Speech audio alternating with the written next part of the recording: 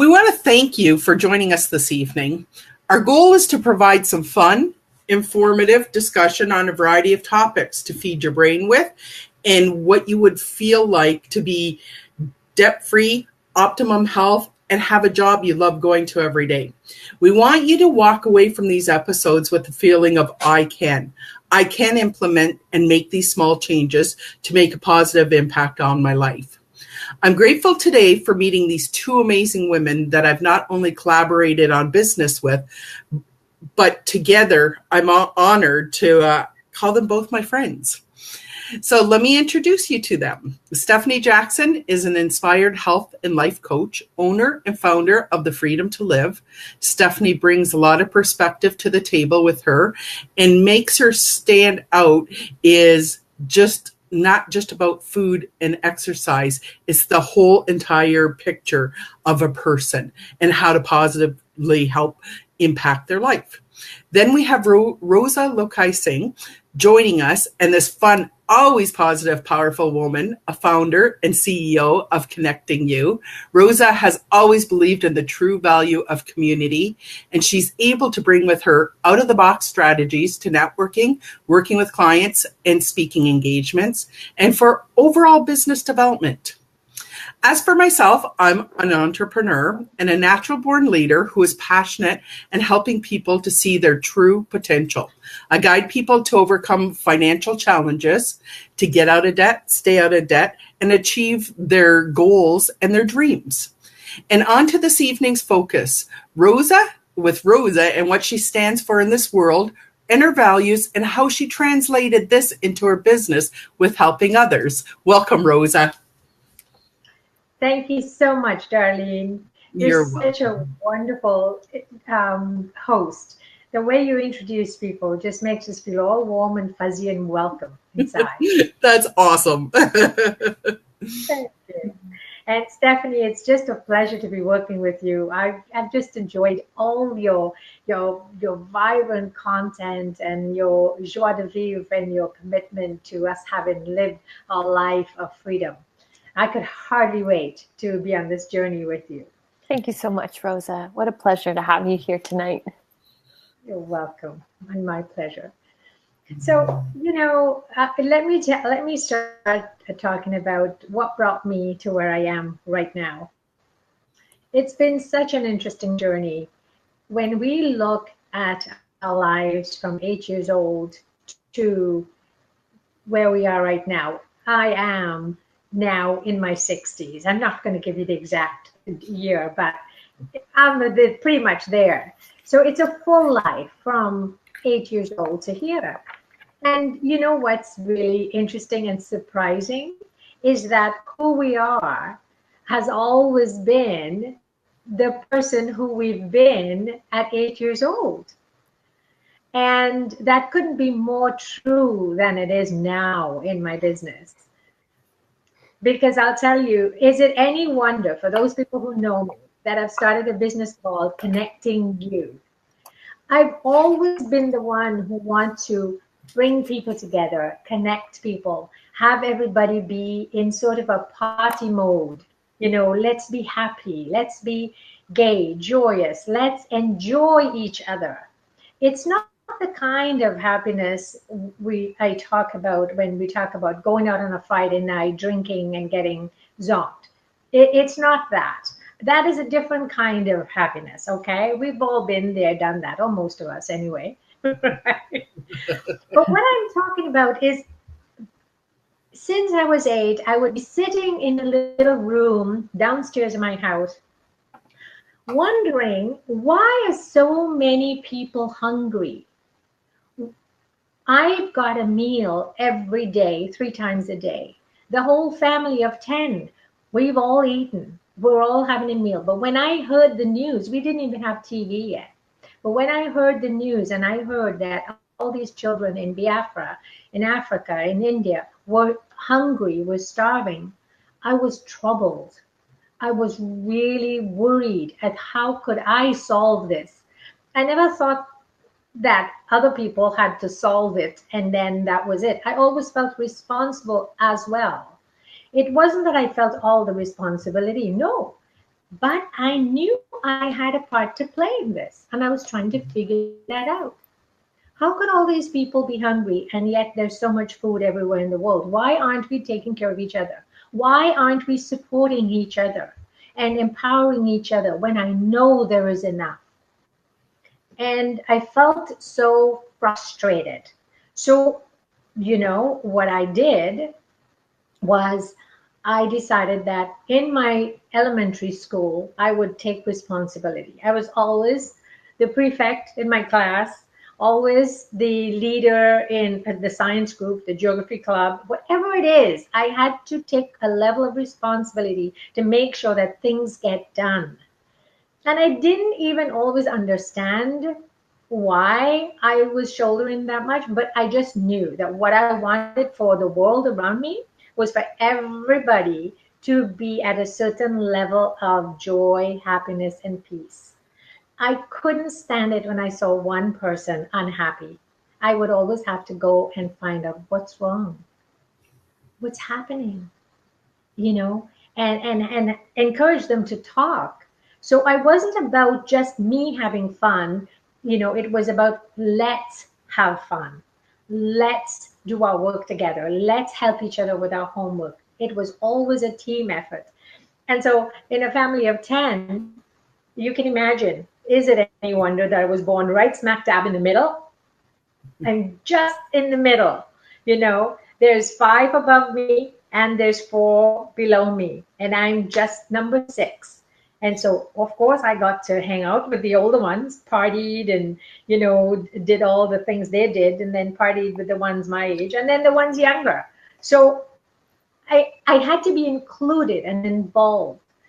And today in my personal life, the guru that I'm following, actually, he talks about getting involved. And he shares that most people are not really involved in what they're doing. They're doing a task for a certain outcome, but it's not that they're truly involved in the whole process of the activity. And involvement is what it takes for us to impassion ourselves and others, and to get people on the journey to say, hey, I'm coming with you. You don't even have to ask them. They're just saying, I'm coming, So as I went through my work life, without boring you with all the details, going through banking, and then going through recruiting, and then going to employment services, because in recruiting, I saw that, again, we placed 5% of the people. The 95% of the people that came to us, honestly, all we told them was, stay in touch. We'll get back to you. They would call, nothing happened, because we are looking for the cream of the crop, because we got paid on commission. So everybody wanted that commission. I couldn't do it. After 7 years, I said, no, can't do this. I was in the office till 8 every single night, helping people with their resumes, with the interview coaching, all free of charge. Well, that was all bonus. And my boss would be walking out and saying, good night, Rosa. I'm not paying you for this, so you better go home. I'd go, good night. I won't say her name, but let's say her name is Joan. I'd say, good night, Joan. You go home, have a good rest. Don't worry about it. I'm not asking you for anything. I'm happy. So my happiness and joy always came from bringing as many people up as I can, so that more people can be fed. And even though I couldn't go physically to Biafra and India and feed people with my hands, which is something I always wanted to do, I was able to serve those around me and make sure that they got back on the same path that we all wanted to get to, of health and wellness and joy and satisfaction and enough, So deprivation was never a thing that sat well with me. And so every time I had 2 mugs, I would give away 1. If I had 2 of anything, I would give away 1. So again, my sisters just laughed at me. They go, you'll never get a full house. You would always be. I go, I don't want a full house. I want a full house of people. I don't want a full house of things. I don't need things. So as I went through on the other side, unemployment, I changed from recruiting, and I went to the unemployment services that was funded by the government. So I could actually teach people how to fish instead of giving them a fish. And that really satisfied me. I stayed there for 15 years. Wow. 15 years. And that to me was the most satisfying thing, because I helped mentor people. I helped design workshops. I taught people how to network. And the most satisfying piece was when I taught internationally trained professionals how to network in a new country and integrate themselves into our society so that they can become part of this whole thing again. A good friend of mine, co-worker and friend, said, you know what it's like? It's like inviting these newcomers to our country, showing them a feast and saying, but you can't touch it. This is what we have, but you're not ready for it. Mm-hmm. It broke my heart. So I had to do something about it. I had to show them that there was a pathway to network. There was a way you can integrate into our society and get a job very close to what you had in your country. It's not about working at Tim Hortons and McDonald's forever. That was supposed to last 6 months, not 2 years. And I made sure that they all got their jobs in their related fields in 6 months or less. One person got his job in 2 months. So folks, the reason I started connecting you was because I saw that my ability to connect people and to teach people to connect people was the most important or valuable thing I could do for our world. Because the more people that learn how to connect others, the more of us can actually relate through our heart, body, and soul and feel connected to another human being, and eventually more human beings. It's not good enough for us to say, you know, I've got a dog, I've got a cat, that's okay, I'm happy. That should be a bonus, not a replacement to connecting you to humanity. For sure. We all deserve to be connected, whether you're on welfare or whether you have a million acres of land. It shouldn't matter. And Darlene, when I was talking to you a little while ago and I talked about finances, I used to be upset with people who had money and acted as though they were better than others or they had something more. I couldn't get it, because I had family members who behaved like that. Mm-hmm. But in the last 2 years of being a business owner, an entrepreneur, I learned so many things in the trenches that now I understand that having money does not necessarily get you to be that kind of person. Those were just the few whom I knew, unfortunately. But now I've gotten to know more people who are abundant-minded thinkers, who are beautiful people, who are contributing to the world, who are making a difference. And those are the people I'm attracting in my life. And I've shifted my mindset so much in finance that now when I think of somebody who's an influencer and they call me, I know, great. I don't resent anybody with money anymore. I don't care if you drive a BMW. I want to ride, but I don't want your BMW. You know, and so my whole thinking about money has changed, and I still don't value things as much as I value people. I will never have a house full of things. I will have the basic things that I need. But taking this concept to the business world, connecting you, the reason I started it was just not for business owners and entrepreneurs to network for their sake, for building their own business, which is what I found a lot of people were doing. And that's why I decided to get on the bandwagon and create a course around it, because I felt it was vitally important for people to build a community so that we can support and empower each other, so we all grow together. Again, this team, this all is like, I can't believe it's the same person, guys, from when I was 8 years old. I just learned a few different techniques, that's all, you know. But inclusivity and forming a circle and growing together. My mission was, when I was about 27, was to have my business be like a garden where anyone who comes can be nurtured to grow. And we all feel safe to grow together, to ask for help, and to state where we are, exactly where we are. Even though if we have thorns or weeds around us, we still have the same rights. It doesn't matter.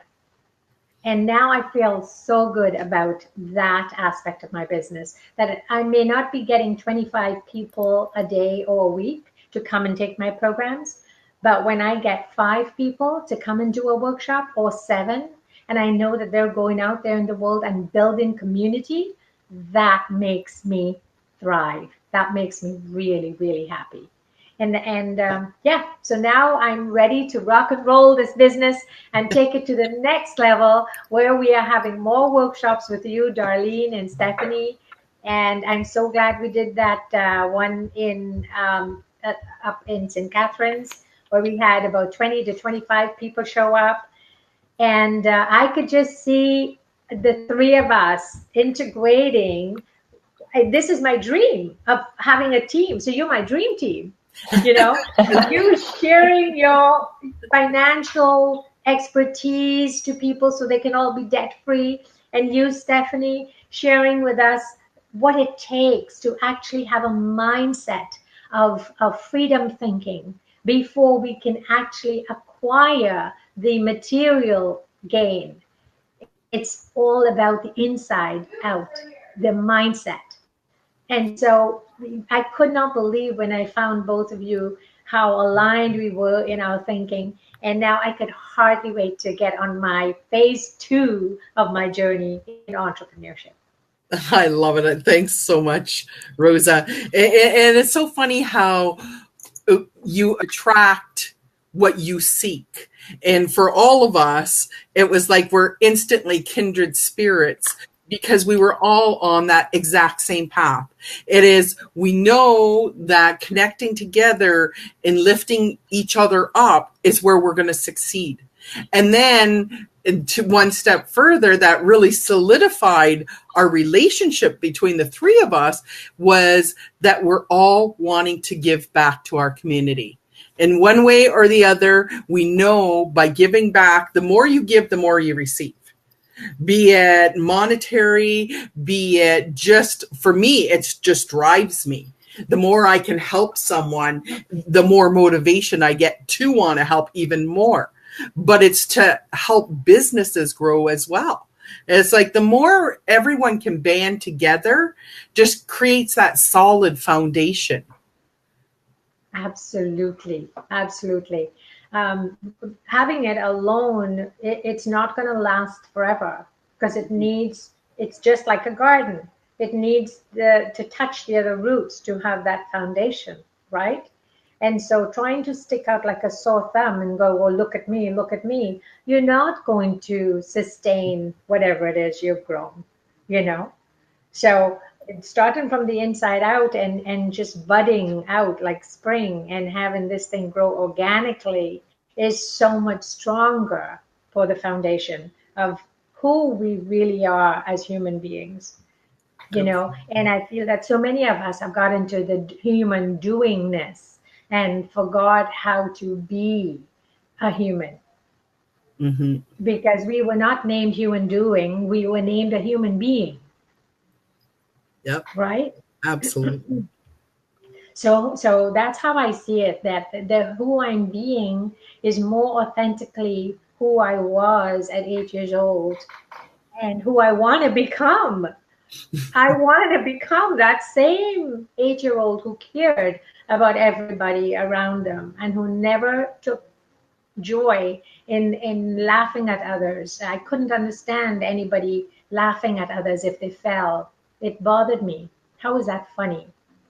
How on earth could somebody's pain be funny? No. So people say, "Oh, you're too serious." Well, no, you know me. I have a lot of fun every day. I see that 8-year-old inside of you. Believe me, it never left much. I totally see that 8-year-old Rosa. The energy level, the positive, the vivaciousness. Absolutely. Yeah. And taking care of people gives me joy, you know. And I just had to learn how to ask for help and how to be taken care of as well, you know. Because I always seem to be like the mother. You know, my mom said you're like a little grandmother. You know, you're an old soul or something. You always seem to take that role. You know, what is it with you? And I go, I don't know. You know, that's just who I am. But I guess she was a little worried for me, right? You know, it's like, how is this? But it turned out fine. You know, just recently I was asked actually to be a co-author in this book, Thought Leaders, Visionaries, and Influencers, The Dawn of a New Entrepreneurial Age. And, you know, the thing I wrote about in here is building community. My chapter is number 17. It's 20 co-authors. And so this was, you know, my first dab at authoring. And I'm so excited. Ronnie Suez did a great job. My chapter is called Building Community with Heart-Centered Entrepreneurs.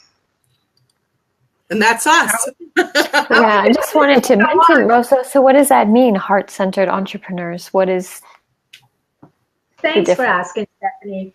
You know what I found out in these last 2 years is that I made an assumption, like most of us business owners when we started. I thought, oh, everybody wants to learn how to network and grow their business and support one another, right?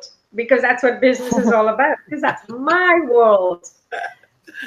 And then I realized, ooh, there's probably about 5% or 10%, if we're lucky, of the people who really want to bring their heart and soul into business.